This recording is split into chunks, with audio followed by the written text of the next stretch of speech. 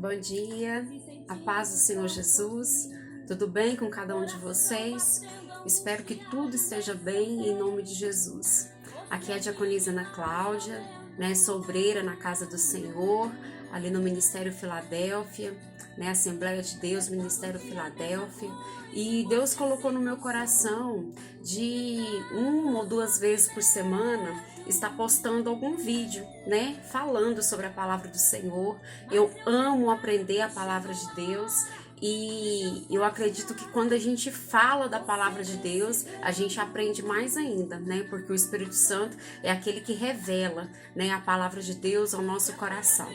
E para começar esse vídeo, eu quero falar sobre algo que o Espírito Santo ministrou ao meu coração, que eu estava orando essa madrugada. Foi um encontro, com Deus novamente. Deus falou forte ao meu coração e Ele ministrou ao meu coração para que eu falasse sobre Lucas capítulo 7, verso 11 até o 17, tá bom? Anota aí, vai acompanhando. Se você quiser ir fazendo anotações, fica à vontade. E qualquer coisa, escreva aí no comentário. Caso eu diga algo errado, coloca lá no comentário. Diaconisa, tu falou algo errado aí.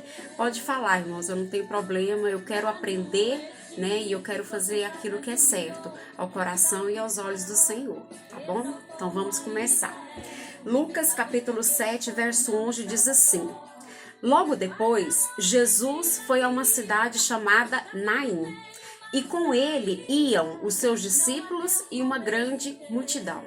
Daí, irmãos, a partir desse versículo 11, a gente já começa a aprender sobre a vida de Deus. A gente começa a aprender sobre a palavra de Deus. O quê? Que aqui há 2 grupos. Há o grupo dos discípulos e há o grupo da multidão. E quem é discípulo, irmãos, em relação às coisas de Deus? É aquele que faz a vontade de Deus. É aquele que trabalha em prol do reino de Deus. Esse é o discípulo, é aquele que cumpre com a palavra de Deus, aquele que lê a palavra de Deus e pratica aquilo que está escrito. Esse é o discípulo. Esse é o discípulo que está o quê? Sempre presente na casa do Senhor, fazendo aquilo que Deus ordena, fazendo aquilo que Deus manda. Isso é considerado o discípulo do Senhor, é aquele verdadeiro imitador de Cristo. Sabemos que nós não somos perfeitos, dificilmente vamos alcançar a estatura do varão perfeito, da varoa perfeita, mas nós temos que estar sempre o quê? Tentando fazer aquilo que agrada a Deus, fazer aquilo que agrada ao Senhor Jesus, fazer aquilo que agrada ao Espírito Santo. E aí ele fala, irmãos, que tinha uma grande multidão. E às vezes, irmãos, dentro da casa do Senhor, existem pessoas assim, que faz parte da multidão. São pessoas que não agradam a Deus, são pessoas que não renunciam à sua vontade para viver a vontade de Deus, são pessoas que estão ali muitas vezes por curiosidade. Imagina naquela época Jesus curando, libertando, salvando, expulsando demônios, fazendo aleijados andar, fazendo cegos enxergar. Imagine, irmãos, a curiosidade daquele povo em ver aquilo que Jesus fazia. E nos dias de hoje, na igreja, não é diferente. Por quê? Deus usa cada um de nós de uma maneira diferente, para curar, para libertar, para salvar, para pregar a palavra do Senhor. E muitas vezes, muitos de nós estamos assim, dentro da casa do Senhor. Não como discípulo, como Deus quer, mas sim como multidão. Ou seja, o discípulo é aquele tipo crente Abraão, é aquele que vive pela fé, é aquele que faz a vontade de Deus, é aquele que busca agradar a Deus, é aquele que trabalha em prol do reino de Deus. Já a multidão é tipo crente Ló, é aquele que só vai onde o povo está indo, é aquele crente que só gosta do movimento, é aquele crente que acompanha aqueles que são abençoados para ver se ele pega ali um pedacinho da bênção. Então, irmãos, o que o Espírito Santo está nos dizendo nesta manhã? Que nós venhamos ser discípulos e não multidão. Jesus está aí às portas, está prestes a mandar o anjo tocar a trombeta, soar a trombeta, e ele vai arrebatar a sua igreja. E nós precisamos ser discípulos. Para subir para a glória junto com Cristo Jesus, nós precisamos ser discípulos. E se você tem sido multidão, irmão, se arrependa. Reconcilie-se com o Senhor Jesus. Fala: Senhor, eu quero ser discípulo. Eu quero deixar de ser multidão. Por quê? Porque eu quero viver, eu quero ver o sobrenatural do Senhor. Mas mais do que isso, eu quero testemunhar o poder do Senhor na minha vida. Amém? Vamos continuar mais.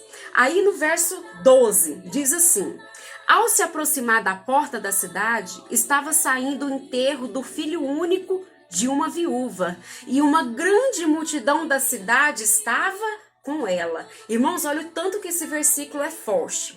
Ao se aproximar da porta da cidade, estava saindo o enterro do filho único de uma viúva. Ou seja, irmãos, essa mulher já havia perdido o esposo e agora havia perdido o filho.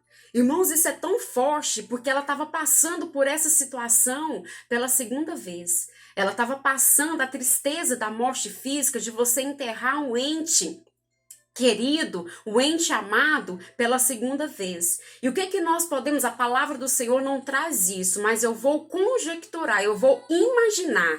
Imagina se pode ser que essa mulher talvez tivesse uma maldição hereditária na vida dela.